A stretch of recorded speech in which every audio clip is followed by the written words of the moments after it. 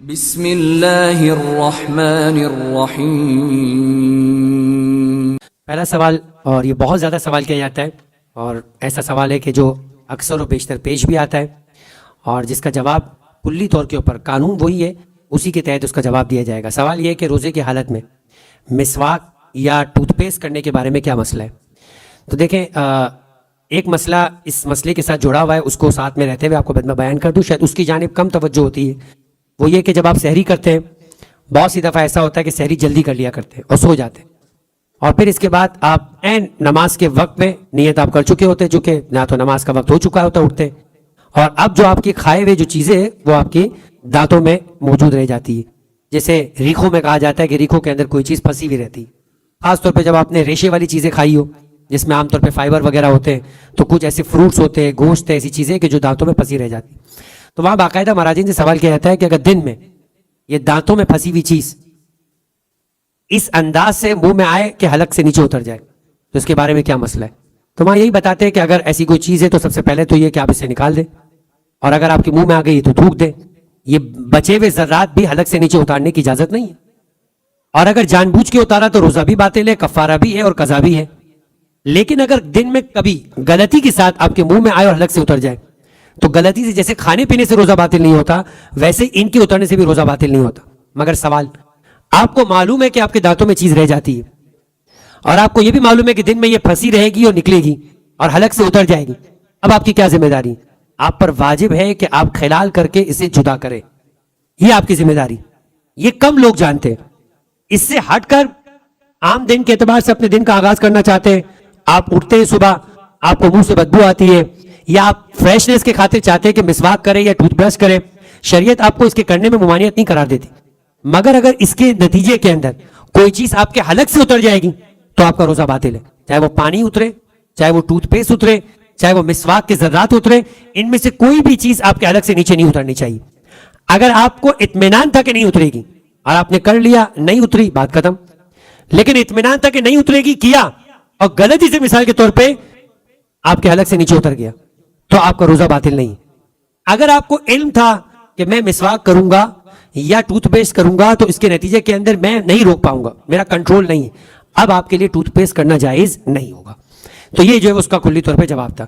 اگلا سوال، روزے کی حالت میں وضو کرتے ہوئے کلی کرنے کا کیا مسئلہ ہے؟ کلی کرنے میں کوئی حرج نہیں، تازگی کے خاطر اپنے منہ کی کو سوکھا ہے اسے گیلا کرنے کی خاطر کلی کریں گے تو مکروہ ہے، حرام ہو بھی نہیں ہے۔ کلی کرنے سے روزہ باطل نہیں ہوتا۔ کلی کے نتیجے میں اگر حلق سے پانی اتر گیا تو چاہے پھر وضو کے لیے بھی کلی کر رہے ہو اور معلوم تھا کہ اتر جائے گا تو روزہ باطل ہے، لیکن معلوم نہیں ہے، آپ نے وضو کی خاطر کلی کیا، ایک دم سے آپ کے حلق سے نیچے اتر گیا تو آپ کا روزہ باطل نہیں ہے۔ روزے کی حالت میں بلغم کو نکلنے کا کیا مسئلہ ہے؟ یہ مسئلہ بھی بہت ہے۔ سارا سال بلغم آتا ہوگا لیکن پریشانی ماہ رمضان میں ہوتی ہے۔ اس کی ایک وجہ تو یہ کہ سارا سال وہ نہیں کھاتے جو ماہ رمضان میں کھاتے، تو نتیجے کے اندر بلغم بھی اتنا زیادہ آتا ہے۔ دوسرا، سارا سال بلغم آئے چلے جائے کوئی پریشانی نہیں، مگر ماہ رمضان میں بیک آف دا مائنڈ، تحت شعور میں کیا ہوتا ہے کہ بلغم تو نہیں آ رہا، تو پھر وہ زیادہ بھی آتا ہے اور زیادہ محسوس بھی ہوتا ہے۔ تو دیکھیں، اگر سر اور سینے کے اعتبار سے جو بلغم کا سلسلہ ہے وہ اگر آتا جاتا رہے تو کوئی ایشو نہیں، وہ حلق سے آ رہا ہے، حلق سے جا رہا ہے، نہ آپ نے روکنا ہے نہ آپ نے نکالنا ہے، وہ جاتا رہے آتا رہے، وہ ایک آپ کا طبیعی طور پہ فزیکلی جو ہے وہ سلسلہ ہوتا رہے۔ لیکن اگر بلغم منہ میں آ جائے تو وہاں پہ آغا خوئی یہ فرماتے ہیں کہ بلغم اگر منہ میں آ جائے تو آپ کو تھوک دینا ہے، پھر آپ اس بلغم کو نیچے نہیں اتار سکتے۔ البتہ آغا سیستانی فرماتے ہیں کہ منہ میں آنے کے بعد بھی اگر آپ اسے نیچے اتارتے ہیں تو اس سے روزہ باطل نہیں ہوتا ہے۔ سحری بند ہونے کا آخری وقت کیا ہے؟ اس کا اصل جواب اگر میں آپ سے یوں کہوں کہ اوقاف کی طرف سے آپ کو کیلنڈر ملا ہے، اس کیلنڈر میں ٹائم لکھا ہے کہ امساک کا کیا ٹائم ہے، ٹھیک ہے، اس امساک کے ٹائم کو فالو کریں، وہی اس کا ٹائم ہے۔ اس سے ہٹ کر آپ اگر آگے بڑھیں گے، کچھ لوگ کہتے ہیں نہیں 1-2 منٹ اور اوپر پانی پی لیں، تو یہ جو اور اوپر پانی پینے پھر اس 1-2 منٹ کا کوئی اختتام نہیں ہوتا، پھر یہ 1-2 منٹ فجر تک نکل جاتا ہے۔ کیونکہ پرابلم کیا ہے کہ نماز کے کیلنڈر کو آپ کو سمجھنا پڑے گا۔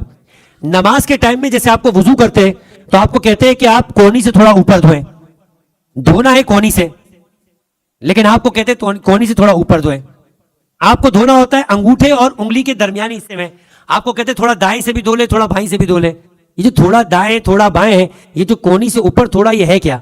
واجب تو نہیں ہے۔ اس کو کہتے ہیں احتیاط۔ اس احتیاط کا مطلب ہے کہ آپ تھوڑا اوپر دھوئے تاکہ آپ کو اطمینان ہو جائے کہ جو کوہنی کی مقدار تھی اس میں سے کچھ نہیں رہا. نماز کے اندر بھی یہی کہتے ہیں کہ اگر فرض کریں کہ آپ نے جیومیٹریکل طریقے سے یہ نکال لیا کہ نماز کا ٹائم، فجر کا ٹائم 5:23 ہے، لیکن احتیاطی طور پہ کیلنڈر والے اس کو 5:25 لکھتے ہیں، اور آپ وہاں سے کیا چل رہے ہیں، وہاں سے آپ ایک دو منٹ آگے کر رہے ہیں، اور آپ کہہ رہے ہیں کہ کیلنڈر دکھا رہا ہے کہ 5:25 نہیں ہوئے، فجر کا ٹائم میں نے 1 منٹ پہلے پانی پی لیا.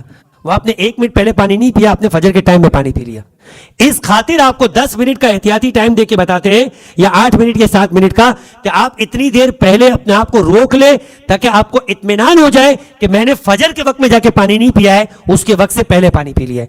لہٰذا یہ آخری وقت کے چکر میں پڑھنا، اپنے آپ کو زحمت میں پھنسانا ہے، شک میں ڈالنا ہے. اتنی بڑی عبادت ہو، اتنی بڑی زحمت کے ساتھ، اور شک میں آپ پورا دن گزارے، اس سے بہتر یہ کہ جو کیلنڈر میں ٹائم دیا اس کو فالو کریں اور اس زحمت میں اپنے آپ کو نہ ڈالیں. اس کے بعد ایک اور سوال ہے